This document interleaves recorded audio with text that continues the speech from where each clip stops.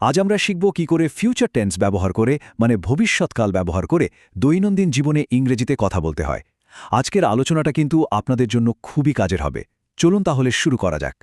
আজকের ক্লাসে আমরা ঠিক এই বিষয়টাই শিখব। আমি আপনাদের কিছু প্রশ্ন এবং তার উত্তর দেখাব। আপনারা খুব মনোযোগ দিয়ে শুনবেন এবং আমার সাথে সাথে বলার চেষ্টা করবেন, কেমন? দেখবেন শেখাটা অনেক সহজ হয়ে যাবে। আচ্ছা, ভবিষ্যৎ নিয়ে কাউকে প্রশ্ন করার সবচেয়ে সহজ আর সাধারণ উপায় হল উইল ইউ দিয়ে প্রশ্নটা শুরু করা। চলুন দেখে নিই এটা ঠিক কিভাবে কাজ করে। প্রথম উদাহরণটা দেখুন। বাংলায় আমরা যেমন জিজ্ঞেস করি তুমি কি কাল আসবে, ইংরেজিতে সেটা হবে উইল ইউ কাম টুমরো। আমার সাথে একবার বলুন তো, উইল ইউ কাম টুমরো। খুব ভালো। আর এর উত্তরে যদি আপনি হ্যাঁ বলতে চান তাহলে সহজ করে বলবেন ইয়েস আই উইল। চলুন একসাথে বলি ইয়েস আই উইল। কি খুবই সহজ, তাই না? এবার পরের উদাহরণটা দেখি। ধরুন আপনি কাউকে জিজ্ঞেস করতে চান তুমি কি পরে কথা বলবে, ইংরেজিতে বলবেন উইল ইউ টক লেটার। চেষ্টা করুন তো, উইল ইউ টক লেটার। চমৎকার। আর এর উত্তরে আপনি বলতে পারেন ইয়েস আই উইল টক। আবার বলুন ইয়েস আই উইল টক। চলুন আরও একটা উদাহরণ দেখি। তুমি কি আমাকে কল করবে, ইংরেজিতে কিভাবে জিজ্ঞাসা করবেন? একদম ঠিক, উইল ইউ কল মি। বলুন উইল ইউ কল মি। আর উত্তরে বলবেন yes I will call you. আবার বলুন yes I will call you. মনে রাখবেন, এভাবে বারবার বলাটা কিন্তু খুবই জরুরি, এতেই জড়তা কাটবে। ধরুন আপনার একটু সাহায্যের প্রয়োজন। আপনি জিজ্ঞেস করবেন তুমি কি সাহায্য করবে, ইংরেজিতে এটা হবে উইল ইউ হেল্প মি। বলুন উইল ইউ হেল্প মি, আর তার উত্তরে কেউ আপনাকে বলতে পারে yes I will help you. চলুন একসাথে বলি yes I will help you. আচ্ছা, আমরা তো এতক্ষণ হ্যাঁ সূচক উত্তর দেওয়া শিখলাম, কিন্তু সবকিছুর উত্তর তো আর হ্যাঁ হয় না, তাই না? যদি উত্তরটা না হয়, চলুন এবার আমরা শিখব কিভাবে ভবিষ্যৎ নিয়ে না সূচক উত্তর দিতে হয়। ইংরেজিতে ভবিষ্যৎ নিয়ে না বলতে হলে নিয়মটা খুব সহজ। আমরা উইলের সাথে শুধু একটা নট ব্যবহার করি, অর্থাৎ উইল নট। আর কথা বলার সময় এটাকে ছোট করে ওন্ট ও বলা হয়।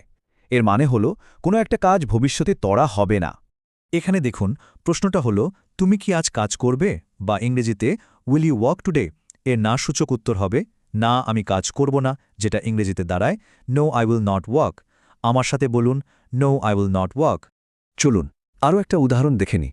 প্রশ্ন, তুমি কি দেরি করবে, ইংরেজিতে উইল ইউ বি লেট।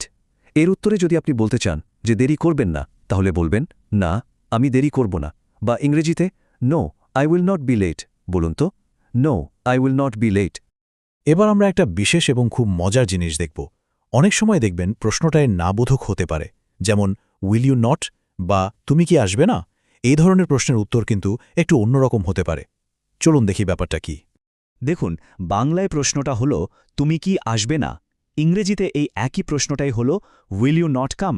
প্রশ্নটা ভালোভাবে খেয়াল করুন, কারণ এর উত্তরটা বেশ আকর্ষণীয় হতে চলেছে। এবার উত্তরটা খেয়াল করুন। বাংলায় আমরা বলি না আমি আসব। অদ্ভুত লাগছে। এখানে না বলে আসলে আমরা বোঝাই যে প্রশ্নকর্তার ধারণাটা ভুল। ইংরেজিতেও ঠিক তাই। উত্তরটা হলো নো আই উইল কাম।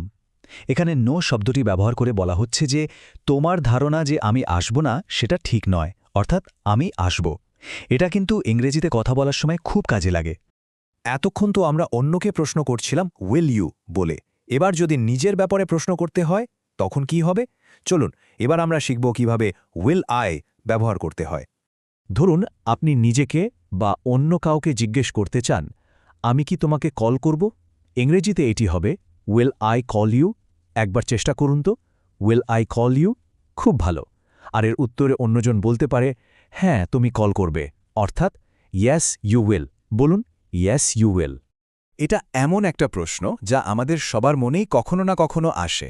আমি কি ঠিক হব, ইংরেজিতে বলবেন উইল আই বি ওকে। আমার সাথে বলুন উইল আই বি ওকে। এর একটি খুব সুন্দর উত্তর হল হ্যাঁ তুমি ঠিক হবে, বা ইংরেজিতে ইয়েস ইউ উইল বি ওকে। সবার মনেই এই প্রশ্নটা থাকে, তাই না? আমি কি সফল হব, ইংরেজিতে এটা জিজ্ঞেস করবেন উইল আই বি সাকসেসফুল। বলুন তো উইল আই বি সাকসেসফুল। এর উত্তরে আমরা সবাই শুনতে চাই হ্যাঁ তুমি সফল হবে, অর্থাৎ yes you will be successful. তো আমরা আজকের আলোচনার প্রায় শেষ পর্যায়ে চলে এসেছি। এতক্ষণ যা যা শিখলাম সেগুলোকে নিজের আয়ত্তে আনার সবচেয়ে সেরা উপায়টা কি জানেন? চলুন সেটাই এখন জেনে নেই। দেখুন, সবচেয়ে জরুরি, সবচেয়ে গুরুত্বপূর্ণ পরামর্শ হলো একটাই: প্রতিদিন অনুশীলন করা। এই যে ছোট ছোট কথোপকথনগুলো আমরা শিখলাম, এগুলো আপনার দৈনন্দিন জীবনে ব্যবহার করার চেষ্টা করুন। মনে রাখবেন, নিয়মিত অনুশীলন ছাড়া ইংরেজিতে স্বচ্ছন্দ হওয়ার কিন্তু কোনো বিকল্প নেই। আর যদি এটা করতে পারেন তাহলে কি হবে জানেন? ফল হলো আপনি খুব সহজেই ভবিষ্যৎ নিয়ে ইংরেজিতে কথা বলতে পারবেন। আপনার সব জড়তা কেটে যাবে এবং আত্মবিশ্বাস অনেক বেড়ে যাবে। আর এটাই তো আমাদের লক্ষ্য। তাহলে আজকের এই আলোচনার পর আপনার কি মনে হচ্ছে, ভবিষ্যৎ নিয়ে ইংরেজিতে কথা বলাটা এখন কতটা সহজ লাগছে? এই প্রশ্নটা রইল আপনার জন্য। আজ যা যা শিখলেন চেষ্টা করুন আজ থেকেই ব্যবহার করতে। আশা করি আজকের পর্বটা আপনাদের খুব কাজে আসবে।